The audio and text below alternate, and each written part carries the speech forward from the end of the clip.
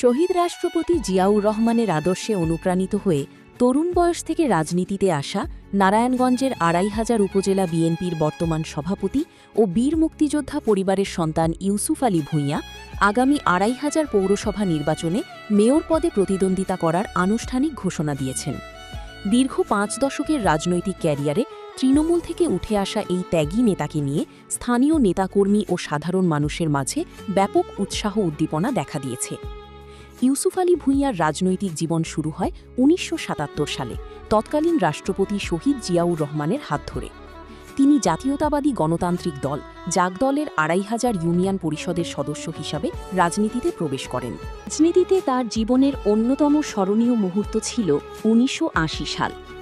ওই বছর শহীদ জিয়াউর রহমান ২৫০০-এ রামচন্দ্রী খাল খনন কর্মসূচির উদ্বোধন করতে এলে ইউসুফ আলী ভূঁইয়া তাঁর সাথে করমর্দন মুসাফাহা করেন এবং খাল খনন কাজে সরাসরি অংশ নেন। এছাড়া শহীদ মঞ্জুর মাঠে শহীদ জিয়ার ঐতিহাসিক জনসভা সফল করতেও তিনি গুরুত্বপূর্ণ ভূমিকা পালন করেন। দল ও জনগণের প্রতি অবিচল থেকে ইউসুফ আলী ভূঁইয়া দীর্ঘ ক্যারিয়ারে বিভিন্ন গুরুত্বপূর্ণ দায়িত্ব পালন করেছেন।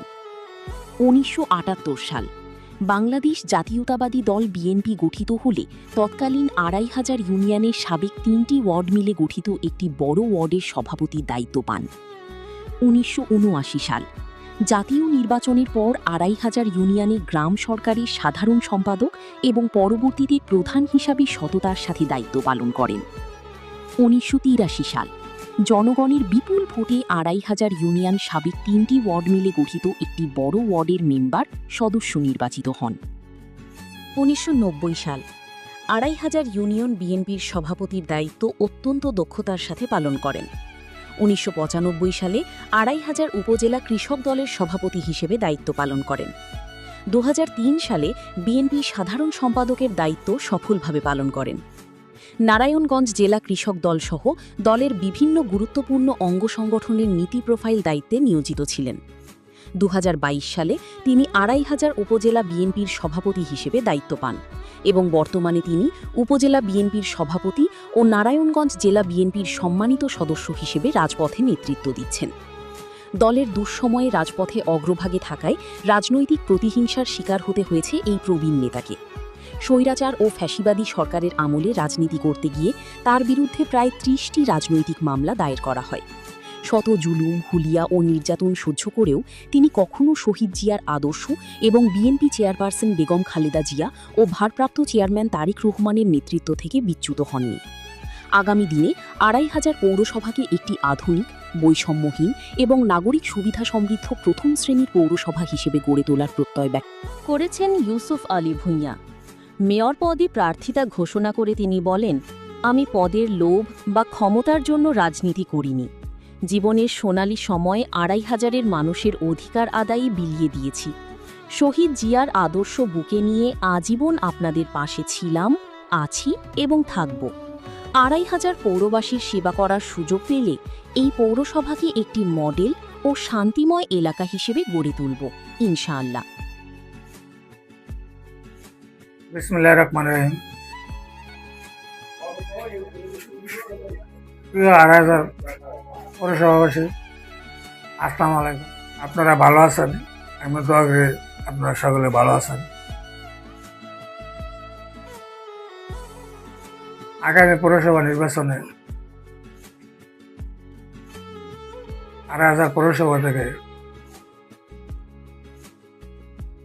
আমি নির্বাচন করতে চাই।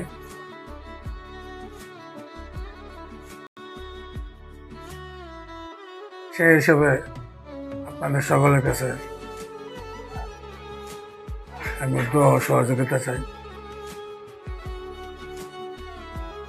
আমি আপনাদেরকে কথা দিচ্ছি, আমি আপনাদের ভোটে, আপনাদের সহযোগিতায়, আল্লাহর রহমত, আমি যদি নির্বাচিত হইতে পারি ২৫০০ পৌরসভাকে একটি মডেল পৌরসভা হিসাবে আপনাদেরকে উপহার দেব এবং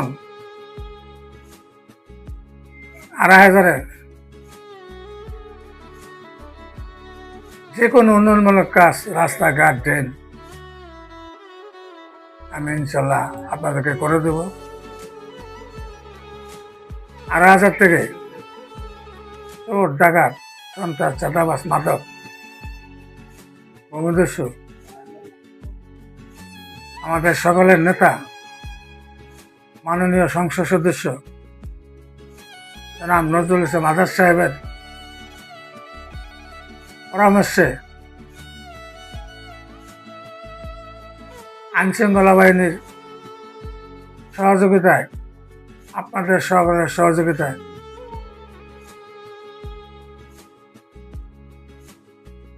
চোর, ডাকাত, সন্ত্রাস, মাদক, চাঁদাবাজ, ভূমিদস্যু নির্মূল করা হবে ইনশাল্লাহ। আপনাদের সকলের কাছে আমি দোয়া প্রার্থী। আসসালামু আলাইকুম।